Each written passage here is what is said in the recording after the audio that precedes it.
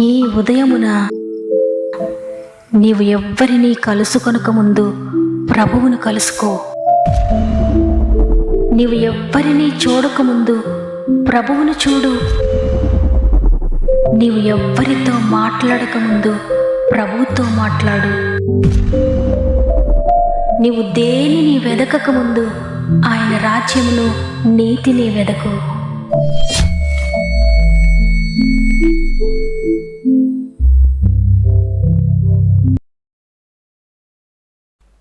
Praise the lord.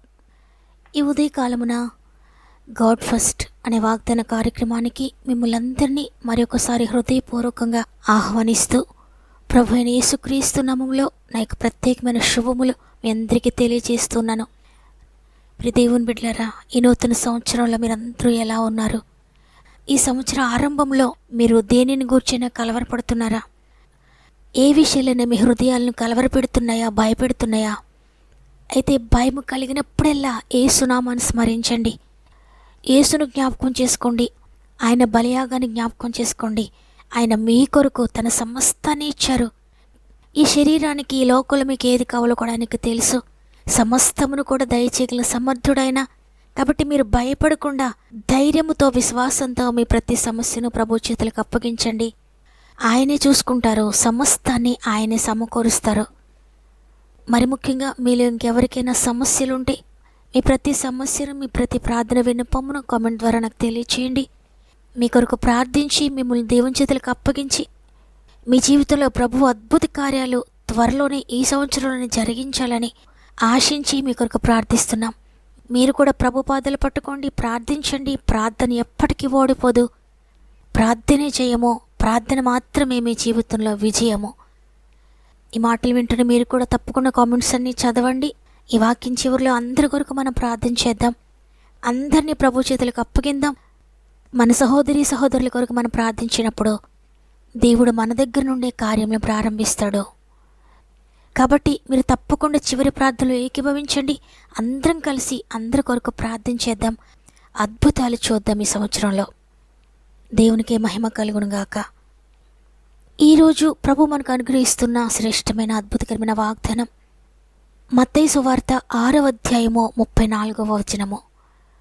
రేపటిని గూర్చి చింతింపకుడి, రేపటి దినము దాని సంగతులను గూర్చి చింతించును. ఏనాటి కీడు ఆనాటికి చాలును. ఆమెన్. ఈరోజు ఈ వాగ్దానాన్ని వింటున్న ప్రియ సహోదరి, ప్రియ సహోదరుడా, నూతన సంవత్సరంలో ప్రవేశించామో ఈ సంవత్సరం అంతా ఎలా ఉంటుందో, నా జీవితంలో ఈ పరిస్థితులన్నీ ఎలా ఉంటాయో, నా బిడ్డల పరిస్థితి ఏమవుతుందో, ఇన్ని భారాలు నా మీద ఉన్నాయి, వీటన్నిటిని నేను దాటగలుగుతానా? ఇవన్నీ నేను చేయగలుగుతానా?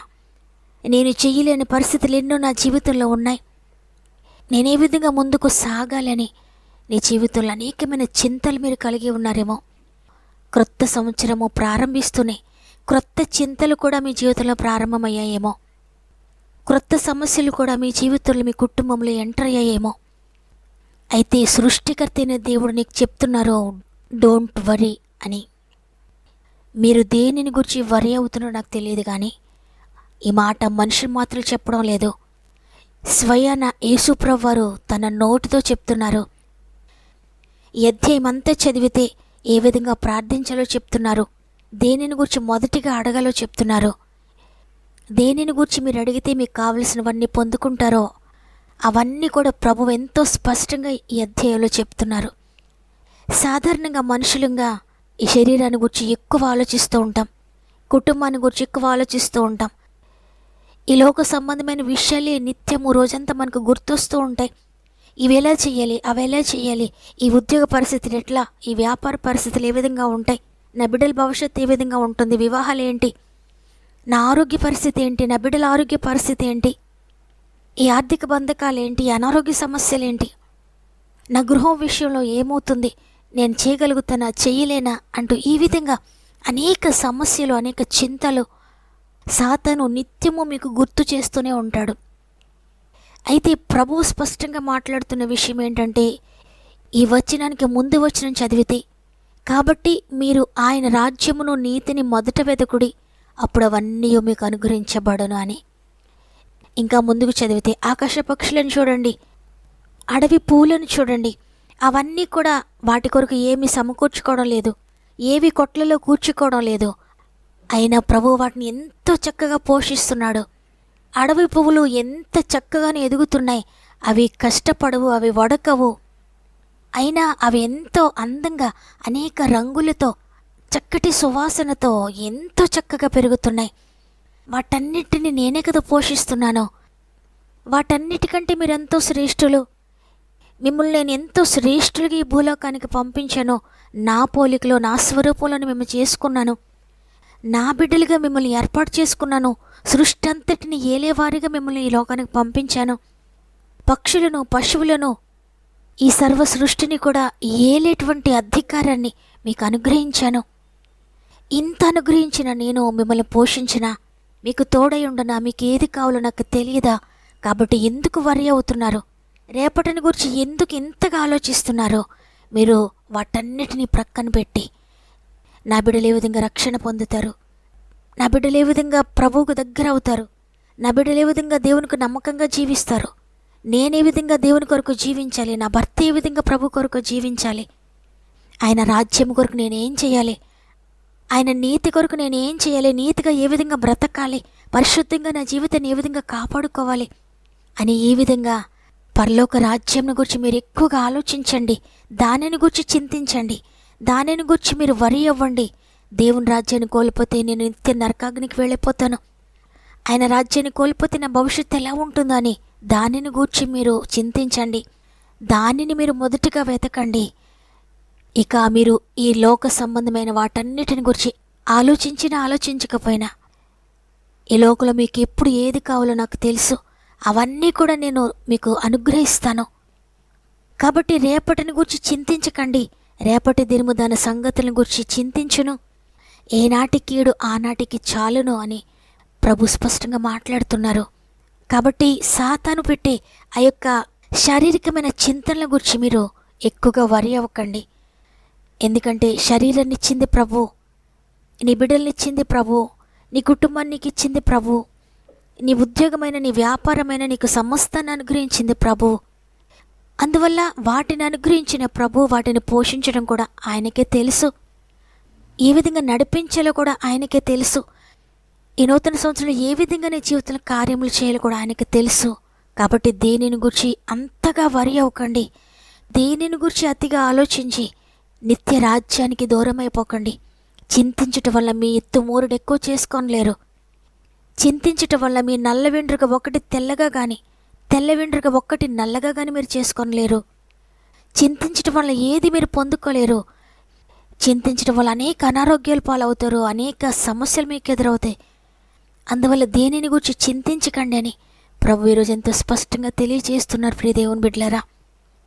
కాబట్టి ఏమి తిందుమా, ఏమి త్రాగుదుమా, ఎలా సంపాదించుకోవాలి, వయసు ఎంత దాటిపోతుంది, నా వివాహ పరిస్థితి ఏంటి, నా ఉద్యోగ పరిస్థితి ఏంటి, నా ఫ్యూచర్ ఏంటి, నేనేమి సంపాదించుకోలేకపోయినా నా బిడ్డల కొరకు ఏమవుతుందో ఏంటో అని ఆలోచించకండి అని ప్రభు ఎంతో స్పష్టంగా తెలియజేస్తున్నారు. కాబట్టి రేపటిని గురించి మీరు ఎక్కువగా ఆలోచించకండి, ఎక్కువగా చింతించకండి. అయ్యా ఈరోజు నాకు వాగ్దానం ఇచ్చారు, నా జీవితంలో అనేక చింతలు ఉన్నాయి, నేనేమి చేయలేకపోతున్నాననే బాధ నన్ను వేధిస్తుంది. కానీ ఈరోజు నాతో మాట్లాడారు, తండ్రి నేనేమి చేయలేను నిజమే, కానీ నీవు అన్నీ చేయగలిగిన వాడవని, నా జీవితంలో సమస్తము నువ్వు చేయగలిగిన వాడవని నేను నమ్ముతున్నాను. ఇంకా సాధ్యమేది ఏది లేదని నేను నమ్ముతున్నాను. మీరు సమస్తాన్ని చేయగలరని నీ మీద పెడుతున్నాను అయ్యా నా ప్రతి చింతను. నాకు సాధ్యమైంది ఏదైనా కలదాన్ని మీరు సెలవిచ్చారో, ఇదిగో తండ్రి మీకు సాధ్యమైంది ఏదీ లేదు. నా జీవితంలో నా ప్రతి విషయము నీ చేతులకు అప్పగించి నేను నీ కొరకు జీవిస్తానయ్యా నమ్మకంగా. నీ మార్గంలో నేను నడుస్తానయ్యా. ఈ 2025 సంవత్సరంలో నా చింత యావత్తు నీ పైన వేసి సమస్తాన్ని చేయగలిగిన నీ చేతులకు నా జీవితాన్ని అప్పగించి నేను ధైర్యంతో నీ కొరకు నమ్మకంగా కొనసాగుతున్నాయా అని మనందరం కూడా ప్రభు చేతులకు మన జీవితాన్ని సమర్పించుకుందాం. ఆయన చేతుల్లో పెడదాం. మనం వరీస్ అన్నీ కూడా, మన చింతలన్నీ ఆయనకు అప్పగిందాం. చేయగలిగిన సమర్థుని చేతిలో పెడదాం. ఆయన తప్పకుండా మిమ్మల్ని గురించి కేర్ తీసుకుంటాడు. మీరెంతగా ఆయన విశ్వసిస్తారో అంతగా ఆయన మీ జీవితాన్ని గురించి కేర్ తీసుకుంటారు. మీ చేపట్టుకొని ముందుకు నడిపిస్తాడు. వాగ్దానాన్ని నమ్మిన వారందరూ ఒక్క నిమిషం నాతో మోకరిస్తారా? మన చింతలన్నీ కూడా ప్రభు పైన వేస్తూ ఆయన చేతులకు మన జీవితాన్ని సమర్పించుకుంటూ ప్రార్థన చేద్దాం. మీకు మోకరించడానికి అనుకూలంగా ఉంటే నాతో మోకరించండి. ఒకవేళ అనుకూలంగా లేకపోతే తప్పకుండా హృదయపూర్వకంగా ప్రార్థనలు ఏకీభవించండి. ప్రభు మీ ప్రార్థనలు వింటూ ఉన్నాడు, మీకు జవాబు ఇవ్వడానికి ఆయన సిద్ధంగా ఉన్నాడు. ప్రేమగల తండ్రి, నీకు వందనాలు. నూతన సంవత్సరంలో మమ్మల్ని ప్రవేశపెట్టి 3వ దినమునకు మమ్మల్ని తోడుకొని వచ్చారయ్యా. నీకు కోట్లాది స్తుతులు తండ్రి. అనేక మంది ఈ సంవత్సరంలో అడుగు పెట్టలేకపోయారు. మమ్మల్ని అయితే ఈ నూతన సంవత్సరంలో అడుగు పెట్టించి ఇంతవరకు మమ్మల్ని నడిపిస్తూ ఉన్నారు తండ్రి. నీకు వందనాలు. ఈ సంవత్సరంలో అనేక మంది అనేక చింతలతో ఉన్నారని నీకు తెలుసు తండ్రి. అందుకే ఈరోజు మాట్లాడుతున్నారు. మీరు చింతించకండి ఈ లోకాన్ని గూర్చి, రేపటిని గురించి మీరు చింతించకండి. రేపటి దినము దాని సంగతులను గురించి అదే ఆలోచించుకుంటుంది. మీ చింత యావత్తు నాపై వెయ్యండి అని ఈరోజు వాగ్దానం చేశారు తండ్రి. హృదయపూర్వకంగా మేము ఈ వాగ్దానాన్ని నమ్ముతున్నాం, వాగ్దానాన్ని రిసీవ్ చేసుకుంటున్నాం. మా యొక్క హృదయ భారాలన్నీ కూడా నీపై వేస్తున్నామయ్యా. 2025 సంవత్సరంలో మా బాధ్యతలన్నీ నీపైన వేస్తున్నాం తండ్రి. మీరు తీసుకుంటానని వాగ్దానం చేశారు. ఇక మేము దేనిని గురించి వరి అవ్వమయ్యా. ఇక దేనిని గురించి టెన్షన్ పడం తండ్రి. అది ఆరోగ్య విషయమైన, ఆర్థిక సమస్యలైనా, చదువును గూర్చైనా, ఉద్యోగాలను గూర్చైనా, వివాహాన్ని గూర్చైనా, కుటుంబాన్ని గూర్చైనా, బిడ్డలను గూర్చైనా, భర్తను గూర్చైనా, భార్యను గూర్చైనా, గృహాన్ని గూర్చైనా, కోర్టు కేసు గురించైనా, వ్యవసాయం గురించైనా, వ్యాపారాన్ని గూర్చైనా, ఇక దేనిని గూర్చైనా కూడా మేము చింతపడం తండ్రి. ప్రతి సమస్య నీ పైన వేస్తున్నాం. మా ఆత్మీయ కుటుంబంలో ఎంతమంది అయితే వాగ్దానాన్ని నమ్మారో, ఎంతమంది నేను రిసీవ్ చేసుకుంటున్నానని వాగ్దానాన్ని స్వీకరిస్తున్నారో, ప్రతి జీవితంలో వాగ్దానము నెరవేర్చబడను గాక తండ్రి. నీ రాజ్యమును, నీ నీతిని మొదటి వెతుకుతానని ఎంతమంది నిర్ణయించుకుంటున్నారో వారందరికీ వెతకడానికి శక్తిని అనుగ్రహించండి. ఈ లోకాన్ని గూర్చిన విషయాలు మర్చిపోవడానికి, ఈ లోకాన్ని కాళ్ళ క్రింద త్రొక్కిపెట్టడానికి, ఈ లోక సమస్యలను, చింతలను అన్నీ కూడా నీపైన వేసి నీ శక్తితో ముందుకు సాగడానికి ప్రతి ఒక్కరికి పరిశుద్ధాత్ముడా నీ శక్తిని అనుగ్రహించండి. ప్రతి ఒక్కరిని స్వాధీనం చేసుకోనండి. ప్రతి ఒక్కరి జీవితంలో నీ కార్యములు ప్రారంభించండి అయ్యా. వారు ఎన్నో సంవత్సరాల నుండి అనేక కార్యముల గురించి ప్రయత్నించి ఓడిపోయారేమో. ఇది మొదలుకొని ఈ సంవత్సరంలో మీరు వారి కార్యములన్నీ కూడా టేకప్ చేయండి. మీరు వారి కార్యంలో జోక్యం చేసుకోండి. వారి పనులన్నిటినీ కూడా మీరు ముందుండి జరిగించండి. వారి జీవితంలో ఈ 2025 సంవత్సరం అద్భుతకరమైన సంవత్సరంగా మీరు చేస్తున్నారని నమ్ముతున్నాను. ఆత్మీయ ఫలముతో నింపబడుతున్న సంవత్సరంగా ఈ సంవత్సరాన్ని వారి జీవితంలో ఉంచినందుకు నీకు కృతజ్ఞత చెల్లిస్తున్నాను. మరి ముఖ్యంగా అనేక మంది బిడ్డలు వారి ప్రార్థన విన్నపం మాకు తెలియజేస్తున్నారు తండ్రి. ప్రతి ఒక్కరిని కూడా పేరు పేరు చెప్పున జ్ఞాపకం చేసుకోండి. ప్రతి ఒక్కరి జీవితాలు అద్భుతాలు చేయండి. ప్రతి ఒక్కరిని కూడా వారు ఏది ఆశిస్తున్నారో 2025లో అవన్నీ కూడా మీరు జరిగిస్తున్నారని, వాటన్నిటిలో విజయం దయచేస్తున్నారని, ఎంతమంది నీ రాజ్యము కొరకు ప్రయాసపడుతున్నారో, నీ నీతి కొరకు ప్రయాసపడుతున్నారో వారందరినీ కూడా మీరు ఉన్నతమైన స్థితిలో నిలబెడుతున్నారని నమ్మి మా ఆత్మీయ కుటుంబం అంతటినీ చేతులకు అప్పగిస్తూ ఇదే మనం ప్రారంభిస్తూ ఉండే రోజంతా మా ఆత్మీయ కుటుంబానికి తోడుగా ఉండి నడిపిస్తారని యేసయ్య పరిశుద్ధమైన నామములో అడిగి వేడుకొంచున్నాను తండ్రి. ఆమేన్. ఈరోజు ఈ వాగ్దానాన్ని విన్న ప్రియ చెల్లి, ప్రియ తమ్ముడు, మీ చింత యావత్తు ప్రభు పైన వేయండి. తప్పకుండా ఆయన మిమ్మల్ని గురించి చింతించి మీ ప్రతి పరిస్థితిని కూడా ఆయన తీసుకొని ఆయన జరిగిస్తాడు. దేనిని గురించి వరి అవ్వకండి. దేవుడే మీ పక్షంగా ఉండి మిమ్మల్ని నడిపిస్తాడు. ఈ వాగ్దాన్ని నేను నమ్ముతున్న నా కొరకే అన్నవారు ఆమెను చెప్పండి. లైక్ చేయడం, షేర్ చేయడం మర్చిపోకండి. మీకు అనుకూలమైతే తప్పక మీకు తెలిసిన వారందరికీ షేర్ చేయండి. షేర్ చేస్తున్న మిమ్మల్ని, మీ కుటుంబాలను దేవుడు అత్యధికంగా దీవించి ఆశీర్వదించునుగాక. దేవుని చిత్తమైతే తిరిగి రేపు అందరం కలిసి ఆయనను స్తుతిందాం. అంతవరకు ప్రభు మీకు, మీ కుటుంబాలకు తోడేండి నడిపించునుగాక. God bless you.